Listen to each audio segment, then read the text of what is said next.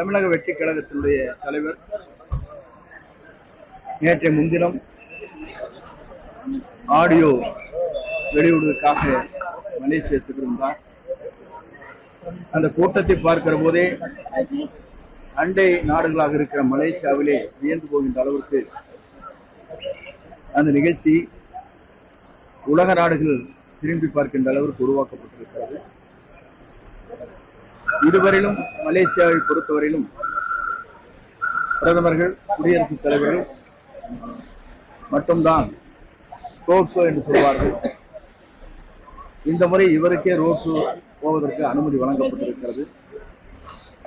ஆகவே அவருடைய வரலாற்று நாயகனாக இன்றைக்கு தமிழகத்திலே கவனம் வந்து கொண்டிருக்கிறார்கள்.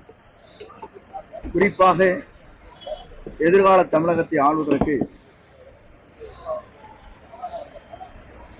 அவருடைய தலைமை வேண்டும் என்ற முறையில் பெண்களாக இருந்தாலும் சரி, இளவயதிலே இருக்கின்ற 18 வயதிலிருந்து 35 வயதிலும் இருக்கின்ற அத்தனை பேரும் ஒருமனதாக குரல் கொடுத்துக் கொண்டிருக்கிற காட்சி நாங்கள் காணுகிறோம்.